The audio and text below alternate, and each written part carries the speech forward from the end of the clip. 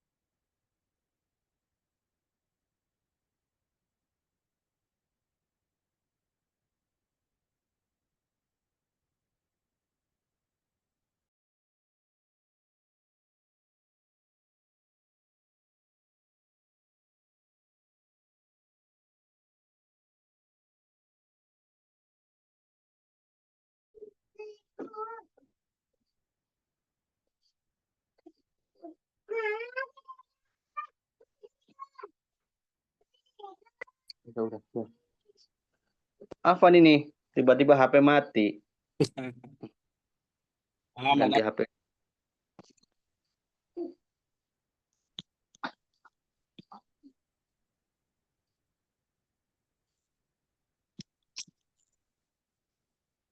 Mati semua.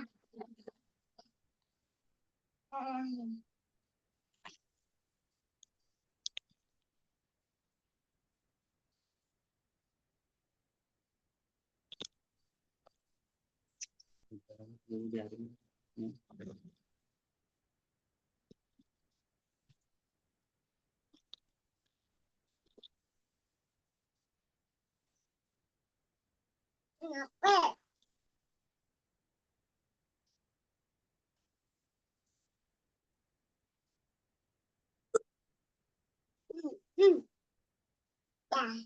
Bismillahirrahmanirrahim. Assalamualaikum warahmatullahi wabarakatuh. Alhamdulillahirabbil alamin. Wabihi nasta'in ala umuri dunya waddin. Wassalatu wassalamu ala asrafil anbiya wal mursalin wa ala alihi washabihi ajmain amma ba'd.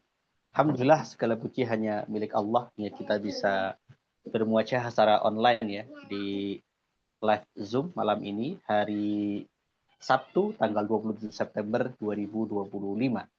Salawat serta salam tak lupa kita curahkan dan junjungan kita, suri tauladan kita, Nabi Agung Muhammad sallallahu alaihi wasallam.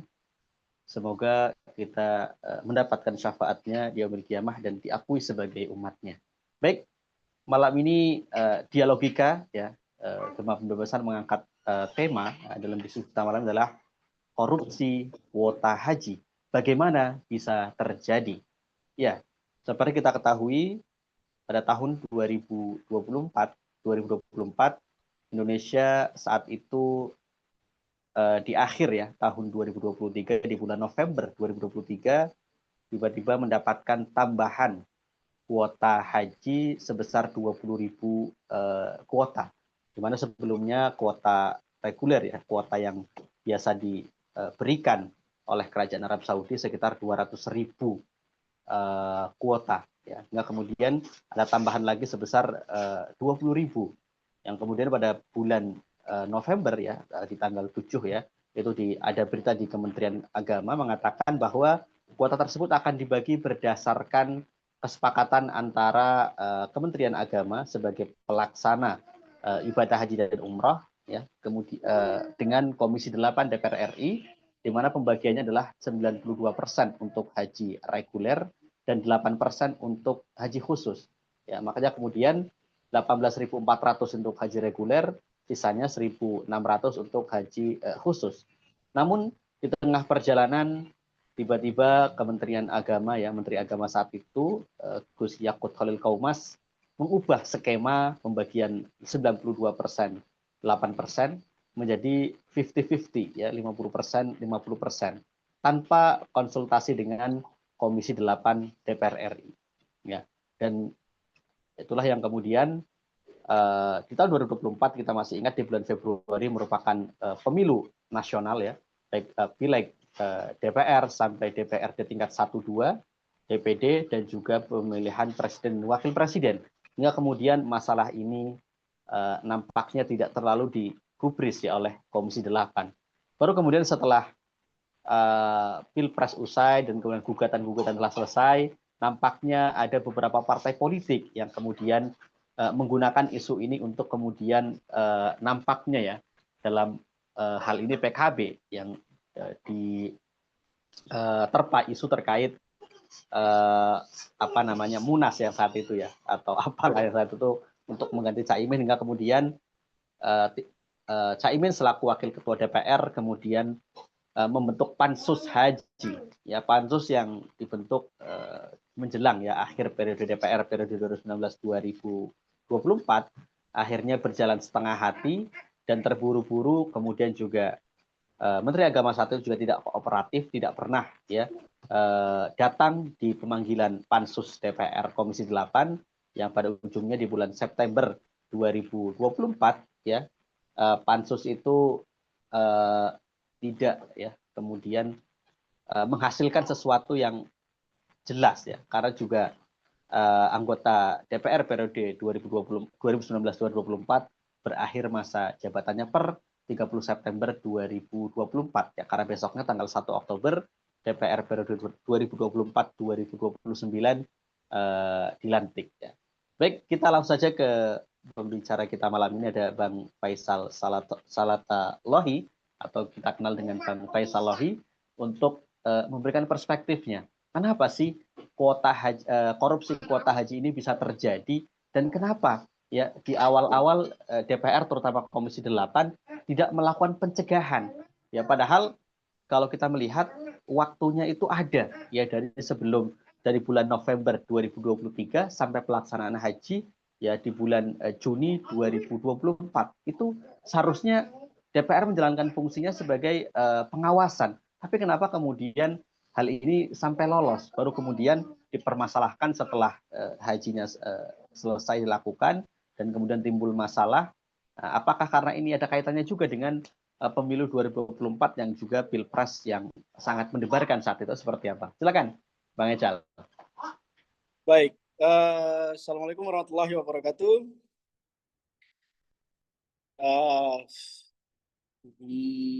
Memang cukup menarik ya kalau dirunut terkait dengan kronologi kasus korupsi kuota haji ini. Seperti yang disebutkan tadi, apakah dalam konteks ini memang ada relasinya? Suara saya jelas nggak? Aman, jelas. Jelas suara saya? Jelas, aman. Nah, saya sebut terkait dengan kasus korupsi haji ini, karena saya salah satu orang yang memang sejak 2-3 tahun terakhir memang juga bolak-balik melihat terkait dengan proses pelaksanaan haji, bagaimana akuntabilitas dalam konteks pengelolaan keuangan atau anggaran haji. Dan saya mulai menyoroti terkait dengan persoalan keuangan haji itu ketika dibentuk sebuah lembaga yang disebut sebagai BPKH, Badan Pengelola Keuangan Haji. Pembentukan badan itu di Hotel Arya Duta, Tigutani, persis di akhir tahun 2029 itu. Dan saya persis hadir di sana, saya mendampingi salah satu mantan menteri dan juga mantan wakapolri dan juga jenderal memang polisi beliau, dan di situ sebagai tamu dalam di situ ketika BPKH itu dibentuk, dan ternyata yang diperkenalkan sebagai ketua BPKH Badan Pengelola Keuangan Haji itu adalah manusia yang persis saya kenal, namanya adalah Anggito Abimanyu. yang sempat menjadi Wakil Menteri Keuangan sebelum Sri Mulyani digeser. Karena saya tahu Anggito Abimanyu ini orang yang memiliki peran panjang dalam konteks terlibat sebagai perumus kebijakan fiskal selama 10 tahun SBY berkuasa. Dan saya tahu bagaimana caranya dia mengelola fiskal dan basis cara berpikirnya adalah cara berpikir pasar. Bagaimana melakukan kapitalisasi untuk kemudian mendatangkan pendapatan terhadap APBN itu dengan cara tadi merancang dan mendesain surat utang negara atau yang disebut sebagai obligasi itu. Nah, di sana saya mulai berpikir, ini apa sih orientasi atau fokus yang bakal digunakan oleh Anggito Abimanyu untuk mengelola keuangan haji dalam konteks untuk kemudian menghasilkan nilai manfaat yang sering disebut-sebut itu. Ternyata dugaan saya benar sekali. Mayoritas dari dana kelola haji yang dikelola oleh BPKH, Badan Pengelola Keuangan Haji, di bawah pimpinan Anggito Abimanyu, 74 sampai dengan 75%-nya diinvestasikan untuk membeli surat utang berharga itu. Itu obligasi pemerintah itu. Artinya apa? Anggito Abimanyu itu menyerahkan uang jemaah haji untuk kemudian dipinjam oleh pemerintah lewat pembelian surat utang negara. Nah, ini sebenarnya posisi yang harus dipertanyakan oleh masyarakat Indonesia sampai sekarang. Karena bagi saya, Gus Yakut itu kasus korupsi kuota haji itu hanya sebagian kecil. Belum cukup 10% dari kerusakan yang kemudian terjadi dalam konteks pengelolaan keuangan haji. Yang terbesarnya justru adalah investasi dana jemaah haji yang 74-75%-nya itu sekarang lagi ditempatkan pada posisi surat utang negara. Yang jadi pertanyaannya, bagaimana dengan posisi pengembaliannya? Sampai sekarang tidak jelas, tidak akuntabel, tidak transparan. Dan ini yang seharusnya difokuskan untuk kemudian dipertanyakan oleh masyarakat Indonesia. Yang kedua, kita beralih ke korupsi kuota haji. Waktu itu saya sempat menulis sebuah tulisan dan itu masuk di bendaharanya. Masuk di HP bendaharanya BPKH itu. Dan di situ saya sempat dicari-cari dan disampaikan oleh beberapa orang di dalam, dan sampai sekarang saya tidak menyerahkan diri dan mereka tidak melanjutkan proses pencarian terhadap saya. Karena kekuasaan Anggito Abimanyu di BPKH itu sudah berakhir. Dan waktu itu memang saya melihat banyak sekali celah dan potensi yang bakal muncul dalam konteks pengelolaan keuangan haji itu yang memang berantakan. Tapi waktu itu saya belum menduga bahwa salah satu bentuk yang akan muncul dalam kerusakan pengelolaan keuangan haji itu dalam konteks penjualan kuota haji itu belum. Nah, itu muncul belakangan.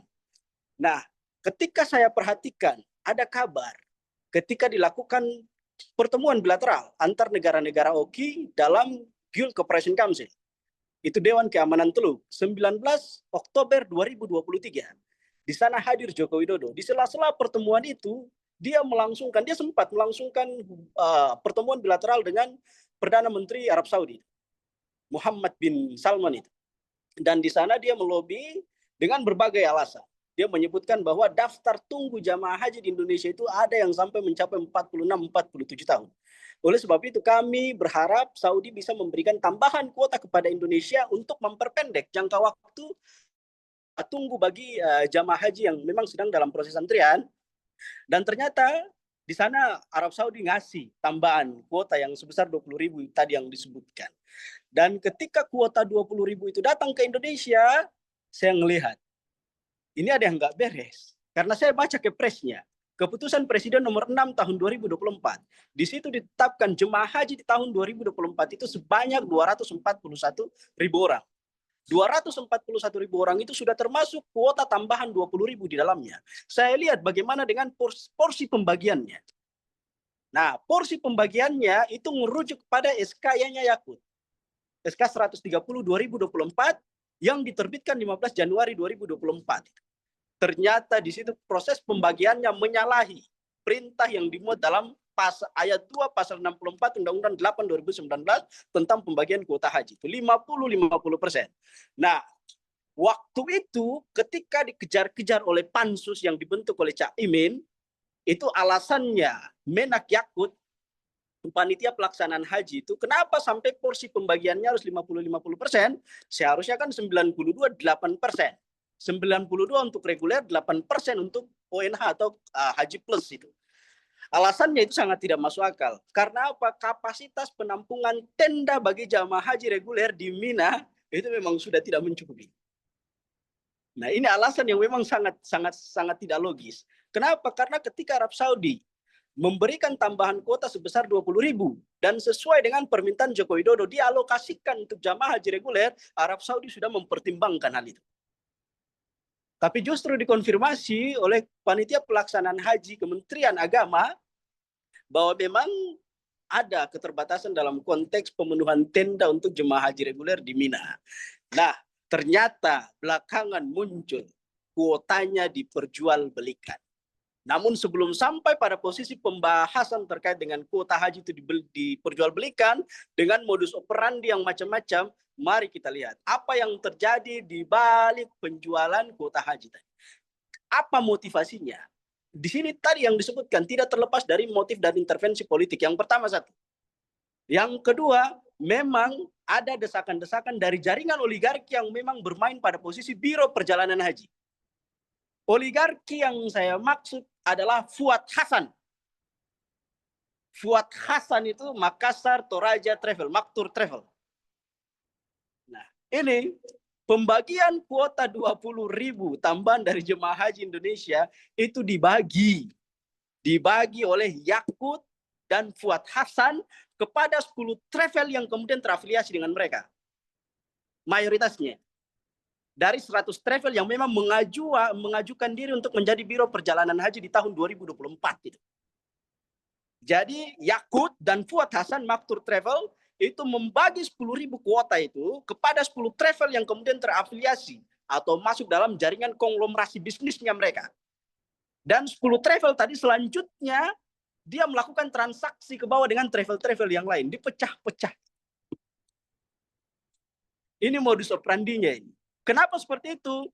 Karena kita tahu basis pembuktian korupsi di KPK itu menggunakan basis pembuktian material. Cara membuktikannya adalah penelusuran aliran dana. Bayangkan dari 10 travel itu dibagi ke 100 travel di bawahnya. Butuh jangka waktu berapa lama untuk menyelesaikan dan memahami terkait dengan aliran dana yang sebanyak itu. Oleh sebab itu bisa kita lihat sekarang sejak 8 Agustus 2024 kasus ini sudah ditingkatkan masuk pada proses penyidikan. Artinya apa? Sudah terpenuhi minimalnya 2 unsur alat bukti itu. Tapi sampai hari ini KPK belum menetapkan satupun tersangka. Alasannya apa? Karena tadi dalam konteks penelusuran aliran dana itu terpecah ke banyak rekening. Dari 10 travel dipecah ke 100 travel di bawahnya. Akhirnya apa? Yang menjadi tumbalnya adalah travel-travel yang ada di bawahnya yang nggak memahami apa-apa itu. Salah satu korbannya adalah Khalid Basalamah. Karena dia termasuk dalam 100 travel yang terlepas dari 10 travel yang memang diberikan kuota oleh Fuad Hasan dan Yakut tadi. Nah, kenapa seperti itu? Nah, seperti ini. Dalam konteks ini terlihat kasus ini memang sengaja dipolitisasi biar lama. Ini adalah alat politisasi yang digunakan oleh kekuasaan yang sekarang untuk melakukan rekonsiliasi dalam rangka mendesak Joko Widodo agar mau berada di bawah kendali mereka. Mengurangi porsi untuk kemudian mengendalikan pemerintah dibalik dari 30 ke 70. Joko Widodo udah 3 kali ditembak. Ditembak pertama itu lewat Wamenaker. Nggak bergeming dia. Ditembak kedua lewat Nadiem. Nggak bergeming dia sampai ditetapkan sebagai tersangka. Nah sekarang yang ketiga, alat politik yang dijadikan sebagai sarana negosiasi dengan Joko Widodo untuk kemudian tunduk di bawah rekonsiliasi, saya duga ini orangnya adalah Dasko. Karena Dasko itu arsitek yang kemudian memimpin proses rekonsiliasi kekuasaan Prabowo saat ini. Menggunakan alat ini untuk kemudian menekan Joko Widodo agar mau rekonsiliasi dengan catatan perubahan kendali atas porsi kekuasaan di pemerintahan itu. Dari 30 dibalik ke 70. 70 sekarang harus beralih menjadi bagiannya Prabowo dan 30 harus beralih ke Joko Widodo itu. Nah, itu catatan penting yang pertama. Yang berikutnya adalah mari kita lihat dalam konteks ini memang menarik sekali.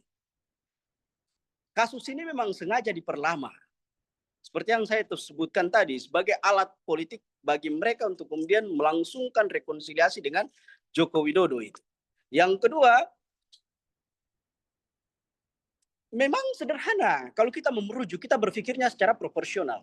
tidak terlalu rumit, tidak terlalu ribet. Bagi saya, mari kita simplifikasi cara berpikir kita terkait dengan proses pemidanaan untuk menyelesaikan persoalan ini. Yang harus dilakukan oleh KPK sekarang itu putus dulu aliran transaksi dari 10 ke 100 tadi. Dari 10 travel ke 100 travel tadi, karena itu rumit dan membutuhkan waktu panjang sekali. Yang harus diselesaikan oleh KPK sekarang orientasinya adalah transaksi dari Kementerian Agama ke 10 travel tadi. Itu yang paling memungkinkan untuk kemudian menyelesaikan persoalan ini dalam jangka waktu singkat. Itu dia dari 100 dari Kementerian Agama ke 10 travel yang tadi. Kita tahu ini transaksinya melibatkan beberapa oknum yang memang dekat sekali dengan Yakut. Dan asal Anda tahu, ketika transaksi itu terjadi ke bawah, ke 10 travel, dan 10 travel itu melangsungkan transaksi ke 100 travel di bawahnya, untuk meyakinkan 100 travel tersebut, bahwa kuota yang mereka jual ke bawah itu ke 100 travel itu memang legal dari Kementerian Agama, mereka nunjukkan SK 130 2024, 15 Januari 2024, yang ditandatangani oleh Yakut sebagai dasar hukumnya itu. Artinya apa? Ini sebuah desain yang terkoordinasi. Gitu. Bahwa mereka memang benar-benar dekat dengan Yakut, dan di belakang memang mereka melakukan pembagian kuota itu di luar di luar sesuai dengan ketentuan aturan perundang-undangan itu. Makanya sekarang KPK ya sulit juga kita mendesak KPK untuk kemudian melakukan prioritas ke arah sana. Meskipun mereka memahami yang seharusnya mereka lakukan itu ke situ. Cuman KPK dalam konteks sekarang juga memang udah jadi alat politik itu. Kita tahu struktur dari KPK yang ada sekarang itu, reformasi besar-besaran kemarin itu hasil dari pemerintahan Joko Widodo. Dan kalau ini udah masuk ke ranah politik, susah bagi KPK untuk proporsional dan profesional untuk kemudian melakukan hal ini. Cuman yang ingin saya tegaskan seperti ini, kata kuncinya adalah kesalahan dalam konteks pembagian kuota 50-50 tadi, ini bukan sekedar pelanggaran hukum biasa. Tapi ini di belakangnya itu ada motif manuver dari jaringan-jaringan oligarki kekuasaan yang memang main pada posisi biro travel waktu itu. Dan yang kedua, apakah ada kaitannya dengan politik? Ya jelas ada kaitannya dengan politik. Joko Widodo tiba-tiba datang ke Saudi meminta tambahan kuota 20.000. Di saat yang sama dia sedang pada posisi mendukung Prabowo dan Gibran untuk kemudian naik ke kekuasaan. Ya kan? Nah sekarang kuota itu ketika masuk ke Indonesia dia serahkan kepada Yakut. Yakut bagi kuota itu seharusnya 92-8. Tapi ternyata Yakut bagi 50-50. Apakah Joko Widodo tidak tahu-tahu dia?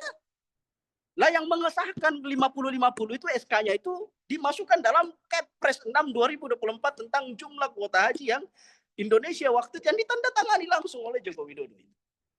Jadi ini permainan yang sistematis. Komisi 8 kekuasaan yang eksis waktu itu dan juga kementerian presiden yang eksis waktu itu dan menteri agama yang kemudian eksis pada saat itu. Dan ada banyak orang yang bertanya kepada saya seperti ini. Apakah Yakut melakukan hal seperti itu? Itu merupakan murni inovasi dia tanpa ada keterlibatan orang yang ada di atasnya. Enggak. Karakter tata negara Indonesia itu dan kebijakan politik di tingkat kementerian itu memang dia terhubung dengan posisi yang ada yang lebih tinggi di atasnya. Jadi nggak mungkin Yakut mengambil keputusan untuk kemudian membagi kuota 50-50 tadi tanpa sepengetahuan presiden itu. Dan dari sana silakan berpikir sendiri. Apakah presiden juga ikut mengambil bagian dari situ yang punya relasi dengan pendanaan Pilpres di 2024 itu ya silakan buktikan sendiri. Saya punya beberapa cerita dan nggak bisa saya bagi di sini. Mungkin pembukanya seperti itu. Kita lanjutkan nanti. Ya, baik Bang Hecal ya.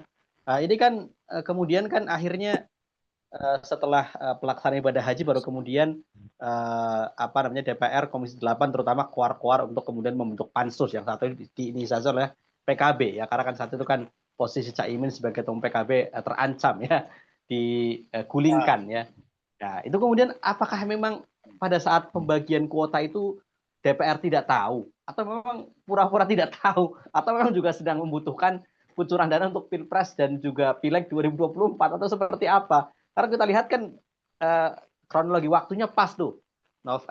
Oktober, November dapat kuota, kemudian Pilpres 2024 itu di bulan Februari, kemudian baru kemudian pelaksanaan ibadah haji bulan Juni tanggal 14 ya, di bulan Juni lah, pertengahan bulan Juni, dan kemudian baru kemudian ribut-ribut pansus itu ya di bulan Agustus itu. Ya ini apakah kemudian sebenarnya DPR ini juga ya tadi ya pura-pura tidak tahu, kemudian koar-koar ketika ada kepentingan politik di situ atau seperti apa? Silakan Bang Ezal. Memang seperti itu, memang seperti itu. Jadi DPR pada awalnya memang dikendalikan. Dan ini kan fungsinya dia. Orang bagi kuota itu Yakut harus ngomong ke DPR. Pembagian kuota itu kewajiban undang-undangnya Yakut harus ngomong ke DPR. Tapi ternyata Yakut membagi kuota tanpa ngomong ke DPR. Sebaliknya di sana di Komisi 8 DPR diam-diam baik. Ashabul Kahfi kan, itu diam-diam baik. Pimpinan komisinya. Itu diam-diam aja tuh nggak ngerespon apa-apa. Kenapa? Karena kita tahu mayoritas partai-partai di DPR itu memang koalisinya kekuasaan. Makanya saya bilang ini merusak sistem check and balance dalam konteks ketatanegaraan kita. Jadi nggak ada lagi pemisahan kekuasaan antara eksekutif, yudikatif, sama legislatif. Jadi sekarang itu dia merusak sistem check and balance. Jadi DPR nggak bisa menjalankan fungsinya secara maksimal. DPR justru tampil sebagai tukang stempel dari setiap keinginan-keinginan yang dilakukan, yang keinginan-keinginan yang memang menjadi bagian dari keinginannya kekuasaan itu. Dan di situ dalam situasi itu tergambar seperti itu. Dan kenapa? Dan waktu itu memang Caimin sempat berkoar-koar gitu untuk kemudian mengungkapkan persoalan itu. Kenapa? Karena Cak Imin dan Menteri Agama dan yang waktu itu memang didukung oleh PBNU karena kakaknya juga pada posisi menjabat di situ. Itu memang ada silang sengketa dalam konteks persoalan internal. Makanya waktu itu saya nulis, ini PBNU nggak usah ikut campur gitu. Dan Caimin memang nggak boleh diposisikan sebagai ketua PKB di situ. Tapi dia adalah bagian dari Komisi 8 yang memang harus menyelesaikan persoalan ini secara proporsional. Karena ini persoalan pelanggaran hukum. Nggak boleh bawa permasalahan pribadi di sini. Nah, terlepas dari itu, namun di satu sisi, saya nggak menulis itu dalam rangka untuk kemudian membela Caimin. Karena saya tahu Caimin juga memanfaatkan situasi itu untuk memukul mereka. Ya kan? Jadi makanya persoalan ini nggak selesai. Makanya ditegur dari atas, mereda sendiri. Diam sendiri. Caimin diam. Sebaliknya Yakut dan kakaknya itu juga diam. Namun hal yang penting untuk dipahami dalam situasi ini itulah gambaran seperti itu. Mungkin seperti itu. Baik Bang Ezal. Ini kan juga modus korupsi kuota kan juga pernah terjadi di masa Menteri Agama Pak almarhum Surya Dharma Ali. Apakah hampir serupa atau kemudian ada perbedaan modus atau seperti apa? Ini modus operandinya pasti jelas beda. Kalau Pak Surya Dharma Ali dulu saya kurang terlalu mengikuti. Cuman yang pasti modusnya beda. Ini kan gini, jual di Surya Dharma Ali dulu itu jual beli kuotanya saya nggak terlalu memahami ya di Pak Surya Dharma Ali itu. Karena saya nggak ngikutin betul, karena saya nggak memperhatikan bagaimana pelaksanaan haji waktu itu. Saya tertarik pelaksanaan haji sejak 2019 karena saya tahu yang mengelola dana haji itu adalah seorang penjudi di pasar itu, Anggito Abimanyu itu. Makanya saya mulai masuk dan kemudian memperhatikan posisi pengelolaan dana haji itu. Dan kalau dilihat ada perbedaan modus operandi ya jelas, perbedaan modus operandi secara teknis dalam konteks aliran dana itu memang berbeda. Dan ini adalah konteks aliran dana yang memang sudah memperhatikan tingkat antisipasinya itu. Jadi 10 dari Kementerian Agama dijual ke bawah sekitar 115 juta per kepala, ke 10 tadi ditampung oleh 10 yang menjadi jaringan konglomerasinya mereka, dan kemudian dipecah kepada sekitar 100 travel yang ada di bawahnya. Nah ini modus operandi yang memang kalau dibuktikan dengan pendekatan pidana yang basisnya adalah pembuktian material agak rumit dan lama sekali.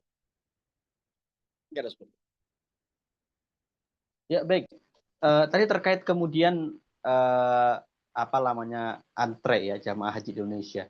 Apakah memang penyebab lamanya itu karena banyak sekali ya apa namanya orang-orang yang kemudian menggunakan jalur khusus untuk naik haji atau seperti apa hingga kemudian apa karena memang banyaknya antusias ya masyarakat Muslim di Indonesia yang kemudian ingin pergi haji dan kenapa kemudian tidak ada pembatasan tadi ya tadi yang sudah naik haji sekali ya nanti diatur lah kalau mau naik haji lagi nunggu berapa tahun dan kemudian yang cukup menarik ini di beberapa daerah sampai masa tunggunya lebih dari 30 tahun. Ini kan 47 tahun ada ya. Ya, ada yang sampai 40 tahun itu kan nggak masuk akal kalau orang daftar udah usia 40 tahun katakanlah baru daftar haji nunggu sampai 40 tahun apakah masih hidup? Memang bisa dialihkan ke keturunannya ya seperti saudara itu karena ibunya sudah meninggal ya ketika dia dapat jatah ya untuk anaknya itu. Tapi kan jadinya tidak fair sekali kasihan ya yang beruntung anaknya lah dapat nasib ya. Ini kenapa kemudian masa tunggu di Indonesia itu bisa terlalu lama tapi kalau kita lihat di negara-negara lain kok sepertinya tidak ada masa tunggu yang selama itu ya. Apa karena memang antusias untuk berhaji di masyarakat yang sangat tinggi hingga kemudian masa tunggunya sampai berpuluh-puluh tahun atau seperti apa, Bang Rizal ini kalau melihatnya? Yang pertama memang masyarakat Indonesia jumlahnya banyak dan kuota paling banyak di Saudi itu kalau kita lihat dari data akses visa haji dan juga dilihat dari kuota yang memang dimuat dalam regulasi Kepres tiap tahun itu memang banyak sekali gitu. Sehingga itu menggambarkan betapa panjangnya antrean keberangkatan jemaah haji. Namun persoalannya seperti ini, memang harus dilakukan reformasi dalam konteks pengelolaan tata kelola haji di Indonesia. Karena kita tahu tata kelola pelaksanaan di haji di Indonesia itu sebelum terbongkarnya kasus Yakut jual beli kuota itu memang udah ada dari dulu. Dan ini adalah bentuk yang paling umum dan bentuk yang paling mayoritas dalam konteks korupsi pelaksanaan ibadah haji di Kementerian Agama itu. Dan ini bukan baru terjadi sekarang, ini memang sudah terjadi dari tahun-tahun kemarin. Nah, alasannya itu kenapa? Karena dana yang dikelola, salah satu alasannya 5 tahun terakhir karena dana kelola keuangan haji oleh BPKH itu memang tidak mampu untuk mengatasi ketika ada penambahan kuota untuk haji reguler itu. Makanya selama ini kan yang kita nggak tahu itu porsi, nggak tahu secara nyata, secara real, secara transparan. Itu berapa sih porsi haji reguler dan berapa porsi haji khusus, haji furoda itu kita nggak pernah tahu dengan pasti. Karena memang mereka nggak pernah jujur. Nah, alasannya itu macam-macam. Salah satunya tadi, BPKH itu memang dalam konteks dana yang tersisa. Setelah dilepaskan untuk investasi dalam rangka mengejar nilai manfaat itu memang tidak sepenuhnya bisa untuk kemudian mengantisipasi ketika terjadi lonjakan kenaikan haji reguler. Korupsi, masalah utamanya adalah korupsi. Nah, kemarin kan di pembicaraan di Komisi 8 itu, Ashabul Kahfi itu ada beberapa orang yang bertanya, di negara-negara lain itu memang jumlah keberangkatan jemaah hajinya, antusiasmenya itu memang tidak sebesar Indonesia. Ini bukan persoalan antusias, tapi persoalan kebutuhan. Perbandingan warga negara gitu. Banyak sekali. Tapi mereka meskipun peminat jumlah warga negaranya sedikit dan peminat jemaah hajinya nggak sebesar Indonesia, tapi mereka selalu punya kuota khusus yang dialokasikan untuk menambah.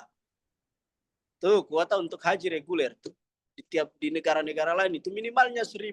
Selalu dialokasikan tiap tahunnya. Tapi di Indonesia yang alokasi tambahan buat jemaah haji reguler itu sebenarnya banyak. Cuman dipisahkan untuk kolega-koleganya.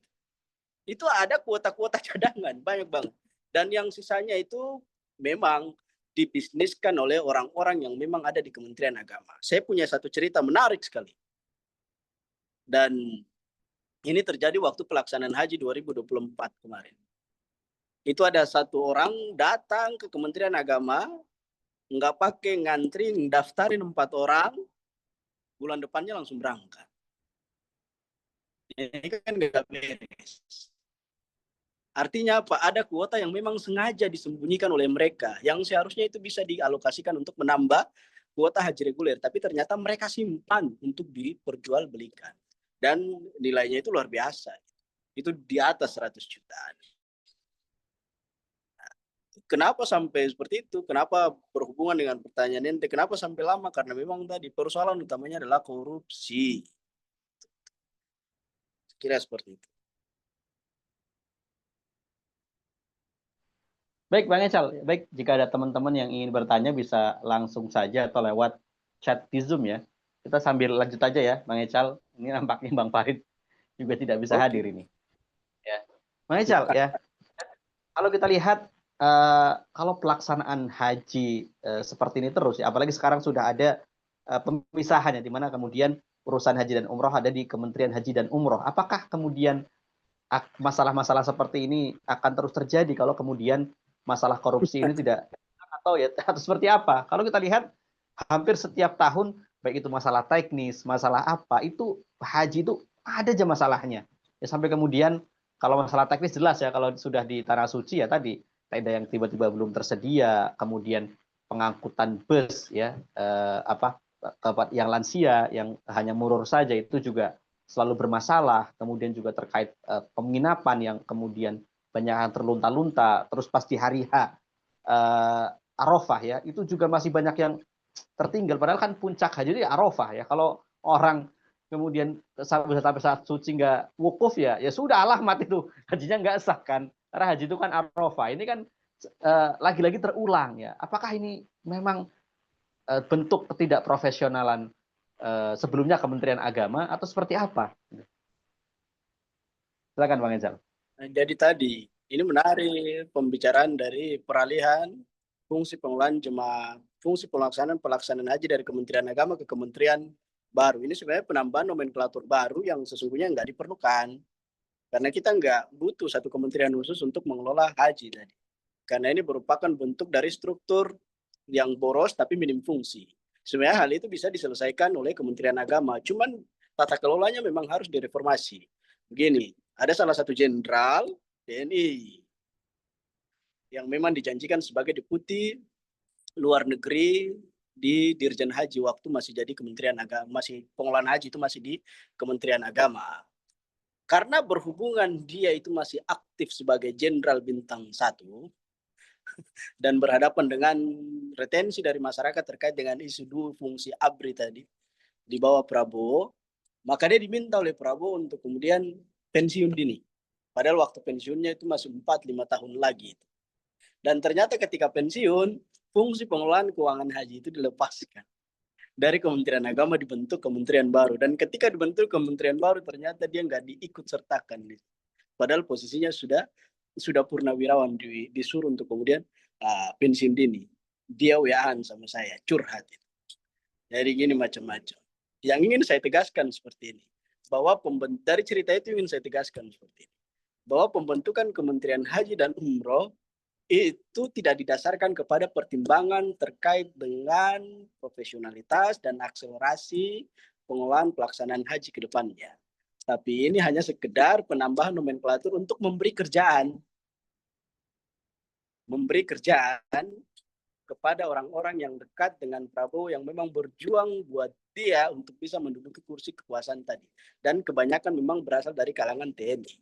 Pejabat-pejabat teras utamanya memang bukan TNI, itu dari kalangan sipil. Tapi yang bermain di belakang mereka adalah TNI. Ini satu hal yang memang harus diperhitungkan di sini. Yang kedua, kita bisa lihat dari temuan-temuan Pansus Haji kemarin, bahwa dalam konteks pelaksanaan haji itu, permasalahan pengelolaan keuangan bukan cuma muncul dalam konteks korupsi kuota haji saja, tapi juga dalam alokasi anggaran yang memang tidak sesuai dengan apa yang sudah disepakati dengan Komisi 8. Hal itu kemudian bisa diverifikasi dari apa? Dari penginapan. Dari fasilitas yang ada di penginapan. Dari jarak penginapan. Dengan harga segitu jarak penginapan sesungguhnya nggak boleh jauh dari pusat-pusat pelaksanaan kegiatan rangkaian ibadah haji. Macam-macam temuan-temuan di lapangan. Dan dari sana DPR kemudian menghitung seluruh akomodasi yang dipakai oleh jemaah haji waktu itu. Itu memang selisihnya jauh. Ketika dibandingkan dengan kualitas, selisihnya jauh dengan anggaran yang memang sudah ditetapkan.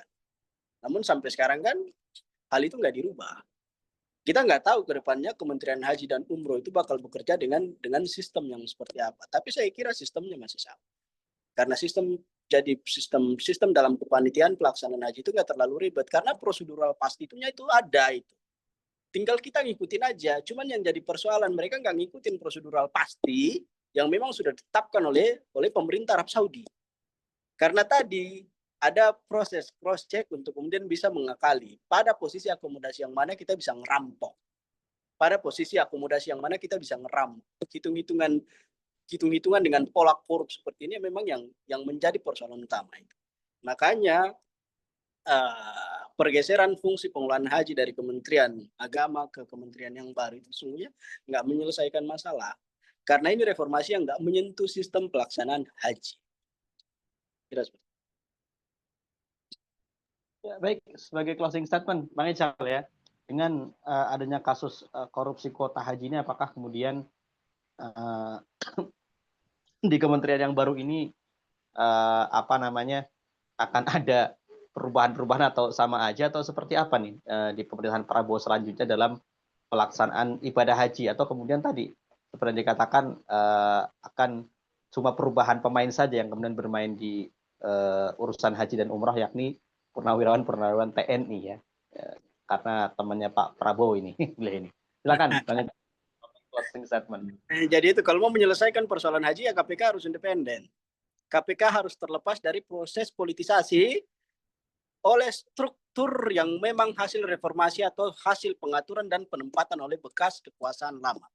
Jadi KPK yang ada sekarang itu KPK yang kemudian berdiri eksis dengan fungsi pelaksanaan pemberantasan korupsi yang masih berada di bawah kendali bekas kekuasaan lama itu. Hal ini harus diselesaikan dulu. Nah, bagi saya Prabowo sebelum menyelesaikan kasus kuota haji, dia harus melakukan reformasi di tubuh KPK. Dengan cara memasang orang-orangnya dan dengan sepenuh hati melakukan rekonsiliasi untuk kemudian menekan jatuhnya kendali kekuasaan lama itu. Dalam rangka memastikan bahwa KPK itu memang bisa independen dan bisa kembali bekerja secara profesional untuk menyelesaikan persoalan ini.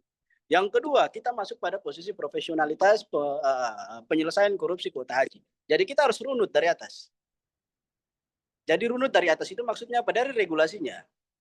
Regulasi terkait dengan pelaksanaan ibadah haji di tahun 2024 itu keputusan Presiden nomor 6 tahun 2024. Jadi KPK dalam konteks proses penelusurannya harus dimulai dari sana. Seperti yang saya sebutkan tadi, di dalam itu disebutkan bahwa total jumlah jemaah haji kita di tahun 2024 itu 241.000 orang.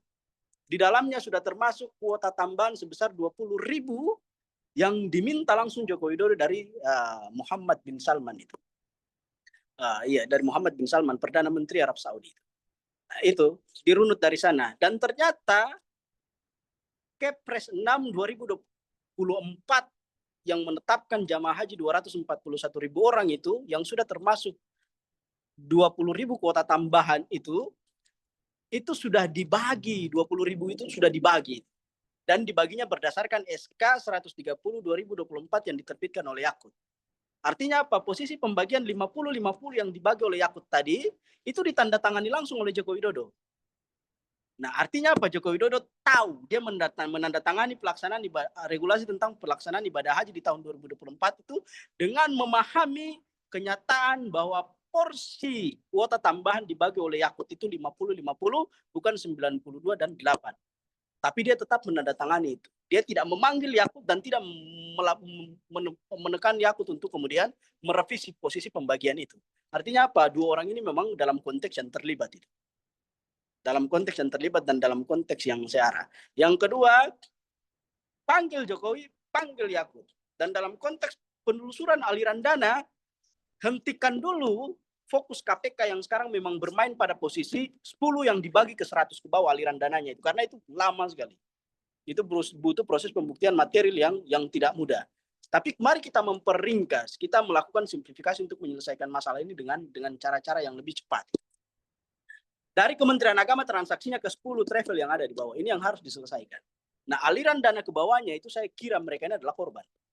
Karena nggak memahami apa-apa itu. Karena yang terlibat dalam konteks pembagian kuota 50-50 tadi, itu Yakut dan pimpinan-pimpinan travel besar, dan 10 yang ada di bawahnya memang menjadi bagian dari konglomerasi bisnisnya mereka. Dan salah satu nama yang harus bertanggung jawab adalah Fuad Hasan. Maktur itu. Dan saya dengar ceritanya di belakang layar. Maktur itu dia sekarang diburu KPK, dilakukan pemeriksaan terhadap dia, dan ke depannya ketika manusia ini memang kekuatan politiknya berkurang dari kekuasaan, hukumannya paling berat. Kenapa paling berat? Karena ada isu dia menghilangkan dan melenyapkan alat bukti itu. Jadi 3 manusia, Jokowi, Yakut, dan Fuad. Ini adalah simpul untuk kemudian bisa menyelesaikan persoalan kuota haji tadi dengan tuntas. Saya kira seperti itu. Baik, terima kasih Bang Echal ya. Tapi nampaknya untuk Pak Jokowi alasannya mudah ya kalau dipanggil KPK. Saya tanda tangan tapi saya tidak membaca.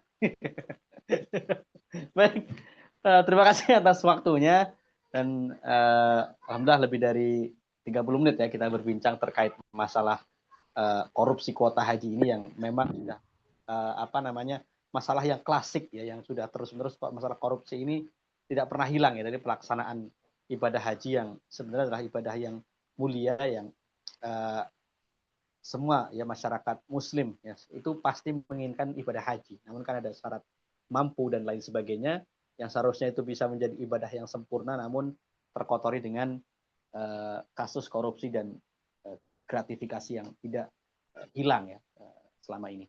Baik, terima kasih atas waktunya Bang Echal. Kita akhiri diskusi kita. Assalamualaikum warahmatullahi wabarakatuh.